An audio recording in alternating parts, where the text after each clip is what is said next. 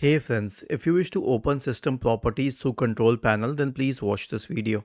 Although it's not required to go through control panel, but since a lot of people are asking it, just open the control panel. Make sure that view by is selected at large icons or small icons, either of them.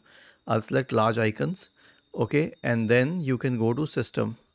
Click on system and this will open the system properties. These are the system properties here. You can also click on advanced system settings to get access to all the system properties so that you could change them. This is the system properties window. So this is one way, but even otherwise, you could simply right click on the start button and select settings from the menu.